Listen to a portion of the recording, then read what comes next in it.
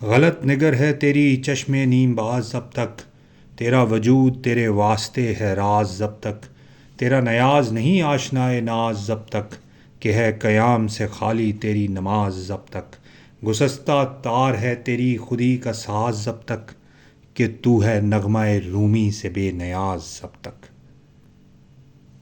اقبال کی یہ نظم جس کا عنوان رومی ہے، ضرب کلیم سے لی گئی ہے اور صرف 3 ہی اشعار پر مشتمل ہے۔ کہنے کو یہ صرف 3 اشعار ہیں یعنی 6 مصرے، لیکن ان میں ایک خاص ربط اور نسبت موجود ہے۔ اقبال نے کس طرح ان 3 اشعار میں اپنی بات کو نہ صرف مکمل کیا ہے بلکہ ایک وسیع مضمون کو سمیٹا ہے، یہ بات دیکھنے اور سمجھنے سے تعلق رکھتی ہے۔ چلتے ہیں پہلے شعر کی جانب۔ غلط نگر ہے تیری چشم نیم باز اب تک، تیرا وجود تیرے واسطے ہے راز اب تک۔ غلط نگر کا مطلب ہوتا ہے غلط دیکھنے والا۔ چشم نیم باز، آدھی کھلی ہوئی آنکھ۔ جس طرح صبح جب کوئی سو کر اٹھتا ہے تو اس کی آنکھیں روشنی اور نیند کے غلبے کی وجہ سے نیم باز ہوتی ہیں، آدھی کھلی ہوئی ہوتی ہیں۔ اسی وجہ سے دیکھنے میں بھی دشواری محسوس ہوتی ہے اور اکثر انسان کو نظر کا دھوکہ ہو جاتا ہے اور اپنے سامنے کی چیز مثلاً دیوار پر لگی ہوئی گھڑی دیکھنے کے لیے بھی آنکھوں کو زور لگا کر کھولنا پڑ رہا ہوتا ہے۔ یہ تو ہوا لفظی مطلب۔ اب اقبال یہاں یہ کہہ رہے ہیں کہ جو تمہاری نظر ہے وہ غلط نگر ہے، جو تمہیں نظر آ رہا ہے وہ اس طرح ہے نہیں، یعنی تمہارا دیکھنے کا پرسپیکٹیو یا نقطۂ نظر ہی غلط ہے۔ جو تمہیں نظر آ رہا ہے وہ اصل میں حقیقت نہیں ہے بلکہ ایک ایلوژن ہے، نظر کا دھوکہ ہے، فریب نظر ہے۔ اور اس کی وجہ یہ ہے کہ تم پر ایک ایسی نیند کا غلبہ ہے، ایک ایسی غنودگی طاری ہے تم پر کہ جس کی وجہ سے تمہاری آنکھیں ابھی تک نیم باز ہیں، آدھی کھلی ہوئی ہیں، اور تمہاری اس نیم بے ہوشی نے تمہیں اصل زندگی اور اس کے مقاصد سے غافل کیا ہوا ہے۔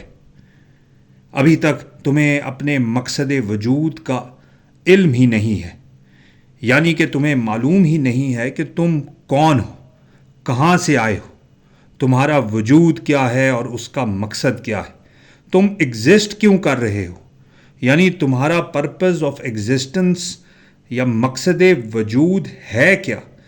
یہ ساری باتیں ابھی تک تمہارے لیے راز ہیں۔ تمہاری اس غفلت کا یہ نتیجہ ہے کہ دوسرا شعر، تیرا نیاز نہیں آشنائے ناز جب تک، کہ ہے قیام سے خالی تیری نماز جب تک۔ ناز و نیاز اردو اور فارسی شاعری کی مشترکہ اصطلاحات ہیں اور اقبال نے بھی ان کا کافی استعمال کیا ہے۔ آپ یہ سمجھ لیں کہ بنیادی طور پر نیاز عاشق کی ادا ہے اور ناز معشوق یا محبوب کی ادا ہے۔ نیاز اصل میں ایک عاشق کی طلب ہے، یہ وہ حاجت یا آرزو ہے جس کی وجہ سے اسے حسن اور عشق کے آگے عاجز ہونا پڑتا ہے، نیاز مند ہونا پڑتا ہے۔ اسی لیے انسان نیاز مند ہوتا ہے اور رہتا ہے، اور اسی لیے اللہ سبحانہ و تعالیٰ ہر چیز سے بے نیاز ہے۔ بندے کی ادا نیاز ہے اور حسن ازل کی ادا ناز ہے۔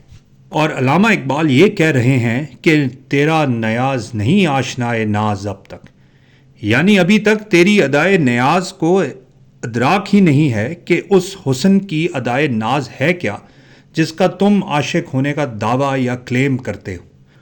تم اس سے ابھی تک آشنا ہی نہیں ہو، اور اس سب کا کیا اثر ہے کہ ہے قیام سے خالی تیری نماز اب تک۔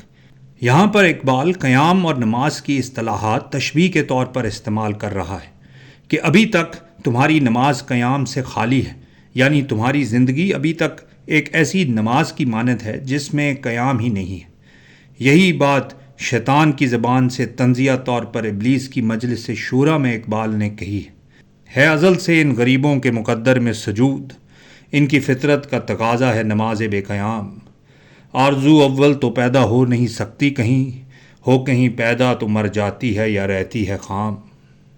یہاں پر اقبال اس قیام کا ذکر کر رہے ہیں جو حق کی راہ میں اور باطل کے خلاف کیا جاتا ہے، صرف اور صرف اللہ سبحانہ و تعالیٰ کے لیے ہوتا ہے۔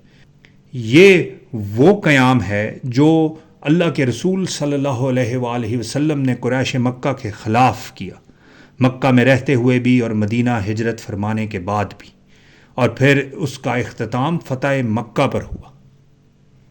یہ وہ قیام ہے جو مولا حسین علیہ السلام رضی اللہ تعالیٰ عنہ نے کربلا میں کر کے دکھایا ہے۔ اپنی گردن تو کٹوا دی لیکن ظلم اور جبر کے سامنے سرنگوں نہیں کی۔ یہ وہ قیام ہے جو صلاح الدین ایوبی نے صلیبی جنگوں میں کر کے دکھایا، اور یہ وہ قیام ہے جو ٹیپو سلطان نے انگریز سامراج کے خلاف کیا۔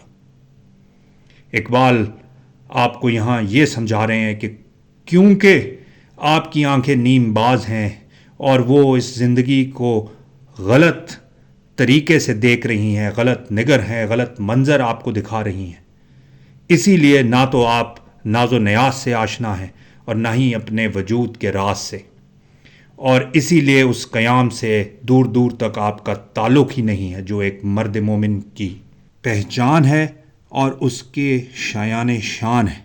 اب یہ سب کچھ کیوں ہو رہا ہے، اس بات کو علامہ اقبال آخری شعر میں اور زیادہ کھولیں گے اور ہماری اس بیماری کی تشخیص بھی کریں گے اور اس کا علاج بھی ہم کو بتائیں گے۔ گسستہ تار ہے تیری خودی کا ساز اب تک، کہ تو ہے نغمہ رومی سے بے نیاز اب تک۔ گسستہ کا مطلب ہوتا ہے ٹوٹا ہوا، یعنی تمہاری خودی کے ساز یا انسٹرومنٹ کی تاریں ہی ٹوٹی ہوئی ہیں، یعنی تمہارا پروان چڑھنا، تمہارا براٹ اپ ایسے ماحول میں ہو رہا ہے جہاں تمہاری خودی کی پرورش ممکن ہی نہیں رہی۔ تمہیں معلوم ہی نہیں کہ خودی کا جہاں ہے کیا۔ وہ فریب خوردہ شاہین کے پلا ہو کرگسوں میں، اسے کیا خبر کہ کیا ہے راہ و رسم شہبازی۔ تم جو کرگسوں کے ساتھ اٹھتے بیٹھتے ہو، تم جو گدھوں کی دنیا میں رہتے ہو، تمہیں کیا معلوم شہبازی اور شاہینی ہوتی کیا ہے۔ اس سب کا خلاصہ یہ ہوا کہ تمہاری زندگی کا نہ کوئی مقصد ہے اور نہ ہی کوئی ڈائریکشن ہے، اور اسی لیے نہ تم کوئی قیام کر سکتے ہو اپنی زندگی میں۔ یہ سب تب ممکن ہوگا جب تم کو کوئی بتائے گا اور سمجھائے گا، احساس دلائے گا کہ تم ہو کون اور تمہاری اصل کیا ہے، پھر ہی تمہاری خودی تم پر آشکار ہوگی۔ ابھی تک تو تمہاری خودی کا ساز ہی ٹوٹا ہوا ہے۔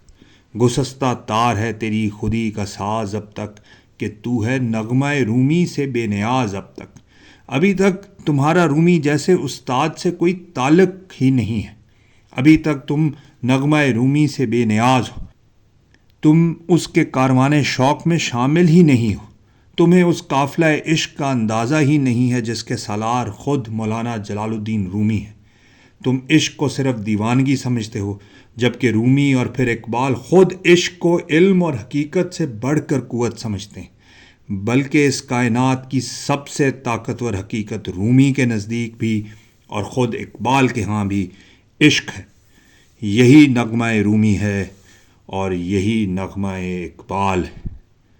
گسستہ تار ہے تیری خودی کا ساز اب تک، کہ تو ہے نغمہ رومی سے بے نیاز اب تک۔